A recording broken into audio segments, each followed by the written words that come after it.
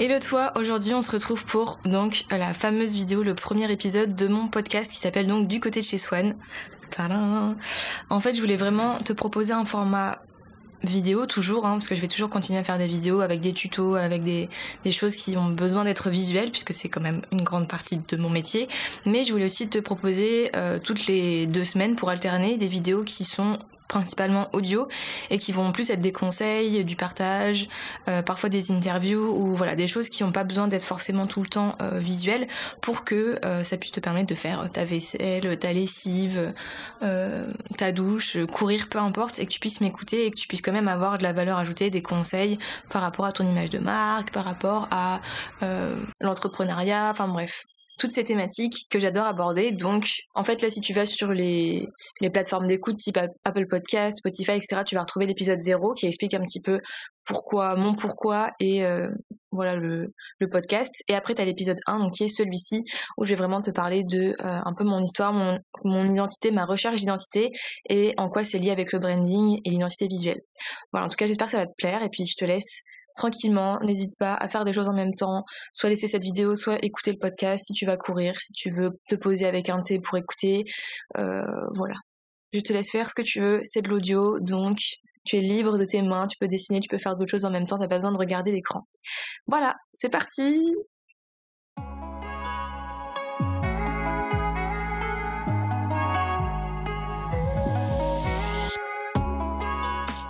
Hello toi et bienvenue dans mon podcast Du côté de chez Swan. Et oui, c'est comme ça que ça se prononce. À travers ce podcast, je t'invite dans mon univers de graphie-illustratrice indépendante. Fais comme chez toi, ici c'est comme à la maison. On se pose un mercredi sur 2 pour parler entrepreneuriat, branding, design, parfois seul et parfois accompagné. De temps en temps, je te parlerai aussi de sujets un peu plus chill, comme mon expérience perso, mon évolution, des anecdotes, etc. Bref, une bonne dose de positif, d'inspiration et de motivation pour ta semaine. Allez, c'est parti! Est-ce que tu t'es déjà demandé, mais qui suis-je vraiment ? Alors j'imagine que oui, puisque c'est un peu l'éternelle question à laquelle l'humain essaye de répondre. Du coup, je voulais en profiter pour te faire un premier épisode vraiment plutôt personnel pour me présenter encore plus et te parler d'identité visuelle, vu que c'est quelque chose qui est au centre de mon activité de graphie illustratrice. Et comme tu l'as entendu sûrement dans l'épisode 0, l'épisode précédent, je te présentais le podcast, son but, et je te partageais ma vision et mon pourquoi. Mais aujourd'hui, dans cet épisode, j'aimerais bien aller un peu plus loin et te parler sans filtre de mon histoire, des questions que je me suis posées pour trouver mon identité et le lien avec le branding et en quoi ça consiste un peu plus concrètement si tu ne connais pas trop cet outil, on va dire. Donc voilà, il y aura beaucoup d'émotions, de questions un peu profondes et de conseils pour t'aider à trouver ton identité en tant qu'entrepreneur, entrepreneuse. J'avais commencé à rédiger ce podcast à l'écrit il y a quelques semaines, mois, et j'avais écrit ceci. Mon identité est floue. Je ne sais pas exactement d'où je viens, quelle est mon histoire dans ce pays lointain qui m'a vu naître. Je suis une, entre guillemets, blanche, dans un corps, entre guillemets, de jaune. Et c'est un petit peu la première chose quand on cherche à connaître son identité, on se demande quelles sont mes origines, d'où est-ce que je viens. Et moi personnellement, j'ai toujours eu du mal à me mettre dans une case puisque je suis d'origine vietnamienne, mais j'ai été adoptée, donc je ne connais pas du tout mes parents biologiques. Et j'ai grandi en tant que française, éduquée par du coup des parents blancs. Voilà, il faut dire ce qui est, on va pas tourner 3 heures autour du pot. Et du coup, j'ai toujours eu un petit peu de mal à me situer et je n'ai pas beaucoup de souvenirs de mon enfance, mais je me souviens quand même que j'étais une petite fille assez quand même sage, une grande fan de Disney, de puzzle, de dessin toujours. Et le fait d'avoir été adoptée par 2 parents français, je me suis jamais vraiment rendu compte, enfin si quand même de temps en temps, mais sinon j'ai toujours eu l'impression d'être une Française blanche. C'est vrai que même aujourd'hui parfois j'oublie que je suis asiatique quoi. Et j'ai été éduquée par un papa qui est devenu veuf trop tôt et qui m'a éduquée tout seul à partir de l'âge de 7 ans. Et c'est vrai qu'il y a des choses qui m'ont marquée plus petite, notamment certaines remarques d'autres enfants à l'école qui se moquaient un petit peu en sous-entendant que mon père était mon grand-père puisqu'il est assez âgé pour être papa. Là actuellement il a 73 ans, donc il n'est pas tout jeune, mais c'est le genre de remarques qui, aujourd'hui je le sais, ont réussi à forger un petit peu mon caractère, ma façon d'être. Donc au final, Au final, ça a été quelque chose qui m'a bien servi par la suite, mais voilà, je savais pas trop comment me situer en tant que asiatique adoptée par un parent très âgé par rapport à la moyenne. Et ensuite, j'ai grandi en tant qu'adolescente, et là, j'ai voulu me démarquer de tout le monde, et je suis devenue une émo. Très très gentille, hein, passionnée de manga, pas du tout agressive ou quoi. Mais voilà, mon style vestimentaire, c'était vraiment entre le gothique, le lolita, enfin bref. J'avais mon style à moi. Et en fait, je pense que j'avais vraiment envie de me sentir différente. Et je prenais vraiment du plaisir à me démarquer. Surtout dans la ville dans laquelle j'ai grandi. Hein. C'était vraiment pas commun. Ça courait pas les rues, une ado émo. Et en fait, je pense que voilà, j'avais besoin de me sentir différente. J'avais besoin qu'on me regarde et qu'on se dise que j'étais pas comme tout le monde, parce que voilà, je voulais pas être comme tout le monde.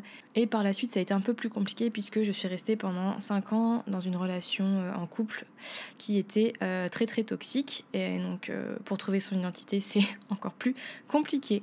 Donc j'ai eu du mal à gérer mon estime de moi, mon corps, mon style vestimentaire, beaucoup de choses. Et ensuite, je suis rentrée dans une école de mode, enfin en même temps en fait. Et là, ça a été encore une autre histoire, puisque quand tu rentres dans une école de mode, tu penses mode, tu vis mode, tu dois connaître tes références en mode. Donc chaque élève doit vraiment avoir son propre style, son identité, et en plus de fournir un travail qui est très très intense et qui doit être évidemment de qualité, etc. pour réussir, tout ça, tout ça. Donc en fait, mon style vestimentaire, en tout cas, était en perpétuel changement. Et du coup, j'assimilais ce style vestimentaire à mon identité aussi. Voilà, je disais au début, adolescente, je suis une émo. Ensuite, j'ai grandi et j'étais en école de mode. Et là, j'étais un petit peu tout et n'importe quoi.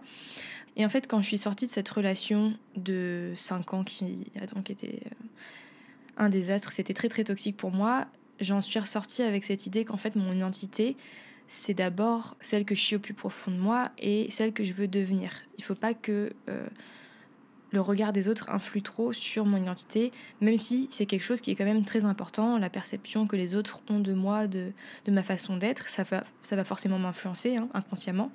Parce qu'il y a certaines personnes qui vont me trouver marrante, bienveillante, d'autres qui admirent ma force, ma détermination. Et pour d'autres personnes, je vais peut-être sembler très réservée ou même prétentieuse, ou encore trop exubérante parfois, puisque j'ai la blague un petit peu beauf ou les sous-entendus un petit peu faciles, on va dire. Du coup, mes amis, ma famille, mon copain, mes collègues ou encore mes anciens profs, ou même mes clients, ils me voient tous de façon assez différente. Même toi, hein, j'imagine, vu que tu es entrepreneur, entrepreneuse, voilà, la vie perso et la vie, on va dire, un petit peu plus pro ou en dehors du centre intime, c'est pas du tout la même chose. Et c'est peut-être des variations minimes, mais pour chaque personne, je suis différente. Je suis un petit peu plus comme ci ou un petit peu plus comme ça. Du coup, je sais pas si c'est que ça, mais en tout cas, quand j'ai créé mon identité, quand j'ai créé mon entreprise en janvier 2019, j'avais vraiment l'image, enfin, je dégageais vraiment l'image d'une illustratrice fraîchement lancée. Je travaillais beaucoup mon style de dessin, je le faisais évoluer. À l'époque, j'étais vraiment, enfin, je suis toujours un fan de cornes, de bois. Je faisais des dessins très très féminins. J'aime beaucoup apporter de la poésie dans mon travail, mais là, vraiment, j'y allais à fond. Et j'avais beaucoup inconsciemment travaillé mon personal branding. Je me montrais, en fait, je voulais vraiment devenir cette illustratrice influenceuse. Voilà, j'avais plein de modèles d'illustratrices comme ça qui étaient sur YouTube et je voulais être un peu comme elles. Je créais du coup mes dessins, mes illustrations pour moi avant tout et surtout avant de penser à mon audience. Et j'essayais vraiment de trouver mon style graphique à moi. C'était mon objectif. Voilà, j'avais que ça en tête. Je pense qu'au final, ça fait partie de mon identité, mais je mettais en avant que vraiment ce qui me plaisait personnellement, ce qui m'attirait, mes références, mes influences, pour faire mon style graphique, ma sauce à moi, et quelque chose qui était vraiment unique pour moi. En début d'année, donc 2020, j'ai beaucoup pris conscience du fameux pourquoi, dont je t'ai déjà un petit peu parlé donc, dans l'épisode précédent. C'était vraiment important pour moi de trouver un travail qui m'épanouit et qui est aussi en accord avec mes valeurs. Et donc les valeurs que m'a transmis mon père, qui sont notamment la liberté, le mérite, la bienveillance, mais aussi les valeurs que j'ai développées toute seule. Donc comme tout ce qui va être un petit peu cause LGBTQ+, puisque je me sens concernée, on va dire, tout ce qui va être autour de l'intelligence émotionnelle que j'ai développée, etc. Au final, je me suis rendu compte que pour vraiment trouver son identité propre, ou même l'identité de ton entreprise, c'est vraiment de poser les fondations. C'est vraiment de trouver les choses qui ne changeront pas au cours du temps. qu'est-ce qui ne changera pas au cours du temps, qu'est-ce qui est vraiment fondamental chez toi, qu'est-ce qui fait partie de tes piliers, tes socles, les choses qui sont impossibles à faire changer. Et il y a des choses dans ton caractère, dans ta façon de penser, dans tes valeurs ou dans les messages que tu veux véhiculer qui ne bougeront pas. Et c'est donc quand tu auras trouvé ces fondations-là que tu pourras développer ton branding facilement et tout sera presque évident. Si tu ne sais pas ce que c'est le branding, alors je t'avais dit, il y a des motos qui passent. Si tu ne sais pas ce que c'est, le branding, c'est vraiment l'image de marque, la perception un petit peu que ton audience, tes clients vont avoir de ta marque, de sa personnalité. Et ça peut passer bien sûr par l'identité visuelle ou tout ce qui va être plutôt sonore, sensoriel, notamment le ton que tu vas employer, que ce soit à l'oral ou le ressenti qu'on va avoir quand tu écris. Bref, le branding, c'est un petit peu l'émotion, le souvenir que tu laisses chez ton client ou ton audience, ta communauté. Et en fait, pour moi, le branding, c'est vraiment réussir à trouver et développer l'essence de ta marque, qu'elle soit personnelle ou non, et ça va vraiment permettre de l'ancrer et du coup, évidemment, de te démarquer aussi des autres, puisque tu auras vraiment trouvé ton identité propre à toi, à ta marque, à ton entreprise, à ta micro, petite, grande, moyenne, bref, peu importe, entreprise. Et l'objectif, c'est un petit peu que tu restes dans l'inconscient collectif pour que si ils voient un jour une pub, un post Instagram de toi ou même juste qu'ils entendent une musique, peut-être par rapport à une musique de ton podcast, une vidéo, peu importe, ils vont te reconnaître, ils vont savoir que c'est toi, c'est ton entreprise, c'est ton business. Donc je t'invite vraiment un petit peu à décortiquer tout ça par rapport à toi, à ton projet d'entreprise ou ton entreprise déjà lancée et te demander qu'est-ce qui est vraiment la fondation de mon business. Est-ce que je veux un business qui soit éthique, un business qui soit écologique, éco-friendly? Est-ce que je veux un business qui soit hyper professionnel, que les gens prennent ça au sérieux? Est-ce que je veux un business hyper chill, détente pour que les gens se sentent bien, se sentent comme chez eux? Bref, peu importe, mais il faut que ça soit vraiment des choses qui sont hyper fondamentales pour ton business. En fait, le plus complexe, ça va être de réussir à trouver cette balance entre ce qui est profondément ancré en toi, tes valeurs et celles que tu veux faire ressortir dans ton entreprise, mais aussi l'influence que va avoir le regard des autres, la perception des autres. Et il faut réussir à les guider et à leur donner la bonne impression, celle que toi, tu veux dégager pour ta marque et ne pas rentrer dans un jeu de « je veux plaire aux autres, il faut que je sois comme ci, comme ça ». Non, c'est toi qui décides quelle image tu veux renvoyer pour ton entreprise. Voilà pour cet épisode, en tout cas j'espère que ça t'a plu et merci de l'avoir écouté jusqu'au bout. Si tu veux, je suis aussi très active sur mon compte Instagram, donc n'hésite pas à jeter un petit coup d'œil et j'ai également une chaîne YouTube avec plein de vidéos qui pourront peut-être t'aider ou te divertir.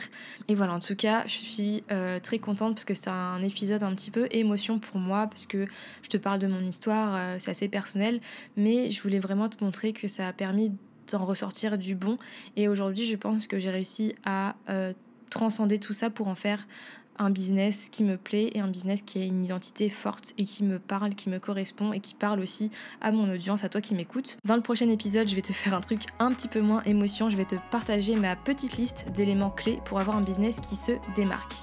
Donc sur ce, comme d'habitude, je te souhaite une très bonne semaine et je te dis à mercredi dans 2 semaines du coup. D'ici là, n'oublie pas que chaque individu peut avoir un énorme impact sur le monde, donc rêve en grand.